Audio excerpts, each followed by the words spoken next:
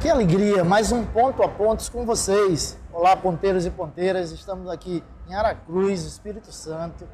Uma alegria imensa da gente estar vivendo um momento como a retomada da teia nacional. E agora, com Fábio Henrique, o nosso representante do MINC no estado, uma das pessoas que lutou para que a gente levasse a teia de 2014 também para o Rio Grande do Norte.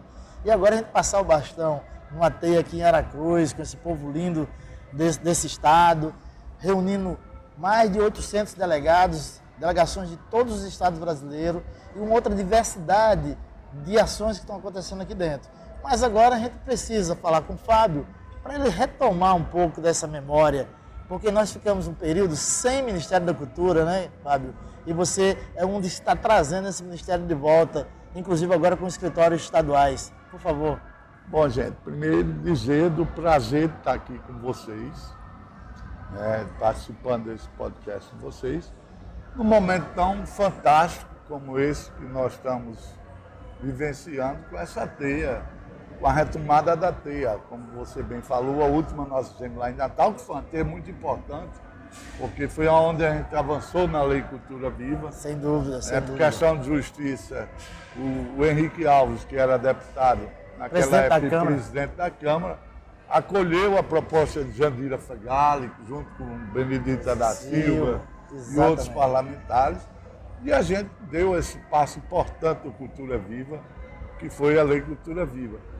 Mas a gente constrói, a gente está vivenciando essa teia num momento bastante oportuno, né? A cultura foi alvo no governo anterior de muitos ataques, de um desmanche completo. Eu participei da equipe de transição. Inclusive extinção de um Ministério da Cultura, é importante lembrar isso. E sendo sublocado em vários outros ministérios e tal. E os ataques contínuos, né, à Lei Rouanet, aos artistas, aos fazedores e fazedoras de cultura. E aí nós entramos exatamente com essa tarefa que o presidente Lula nos delegou. Eu me lembro que uma das reuniões que eu estava, que ele entrou lá na sala e disse, olha, eu sei que está uma tragédia, o governo todo está uma tragédia, mas eu quero que vocês pensem e me tragam a proposta e resolvam que eu quero voltar ao Ministério da Cultura, voltar a ser o que era. E a gente está vivendo esse grande momento, né? E a teia é esse momento de efervescência, de trocas, né? de relembrar, né? De memória, porque você, eu, Henrique e outros companheiros estavam lá no início disso, quando era apenas uma ideia. Eu achei uma fita de um debate que nós fizemos no Solar Bela Vista. Essa fita virou histórica, com o Sérgio Turino falando da ideia que ele estava tendo. Perfeito, e depois me coube, né? A história me deu a oportunidade de eu estar gestor da Fundação José Augusto, quando a gente montou a primeira rede no estado. Exatamente. Né? E hoje eu estou, a história tem sido muito bondosa comigo. Estou no Ministério da Cultura exatamente, também envolvido nessa retomada do Cultura Viva, como também na retomada de todos os programas que foram construídos lá atrás e de novos programas, como os agentes territoriais de cultura, para fazer, né, a cultura chegar onde a gente ainda não chegou, essas oportunidades, porque nós estamos tendo repasses fantásticos, nós temos avanços. O Rio Grande do Norte não captava na Lei Rouanet, hoje já tem mais de 32 milhões captados. Exatamente. Né? A Rouanet Nordeste, lá para o Siridó, a Rouanet Favelas, a Rouanet Hip Hop. Então, a gente quebrou, né, aquela lógica que existia anteriormente, que a Lei Rouanet só funcionava para o eixo Rio-São Paulo. Então, esse discurso de que a gente estava preso. E aí, graças a pessoas como você, pensadores que estão dentro do MINC, pessoas que estão fazendo a cultura realmente acontecer, ela quebra. A gente realmente faz aquilo que o Gilberto Gil falava, né? Quando você tem um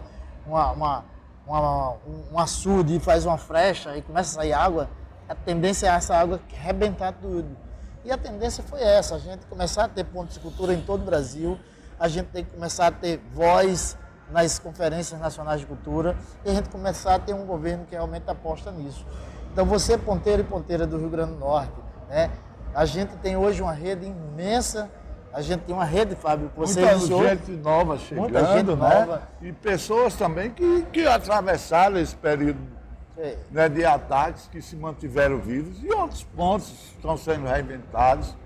Né, porque a cultura viva ela não é algo estático. Um ponto de cultura jamais pode ser algo estático. Sem dúvida. Né, porque ele vai estar, para ele ser realmente um ponto de cultura, tem que estar pulsando, ele tem que estar vivo. Né? O exato, próprio nome do programa diz, é cultura viva. Então, se é viva, ela se transforma, ela se modifica, ela se reavalia, enfim, ela constrói novas possibilidades.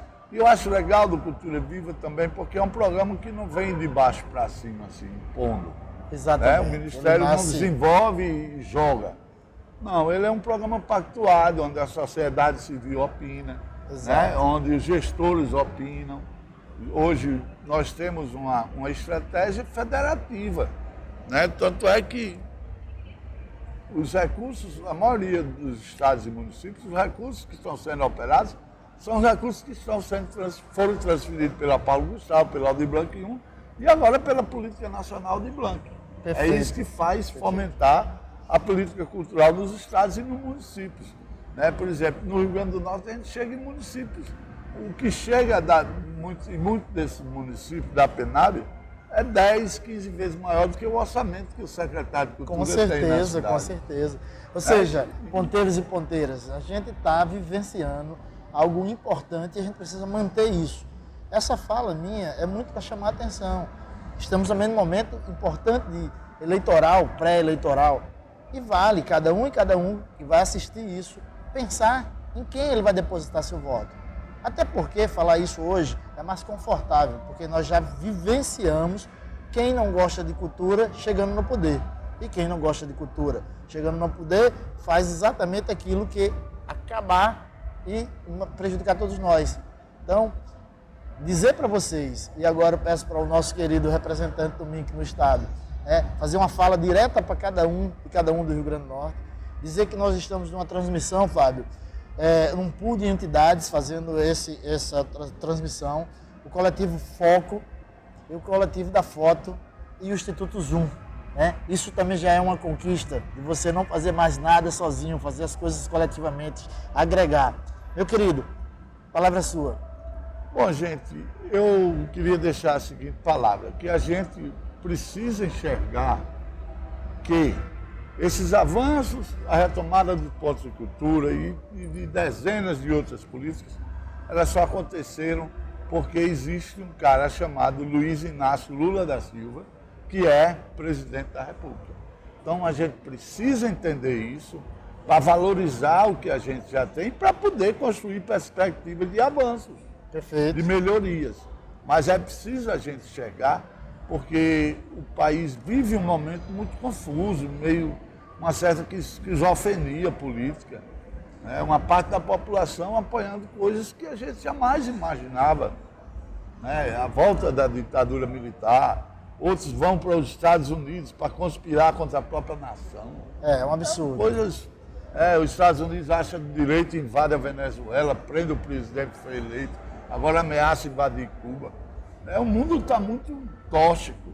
Então a cultura serve exatamente como esse remédio, sentido. Esse remédio massa para a gente esperançar, né? Como nos ensinou Paulo Freire, não de esperar, mas de construir as condições para que a gente vença, ultrapasse esses desafios e que a gente consiga cada vez mais fazer a cultura chegar mais longe, porque a cultura é a grande vacina para o ódio, para a intolerância, para o fascismo. Obrigado, Fábio. Obrigado, Ponteirada. Valeu, até o próximo. Prazer.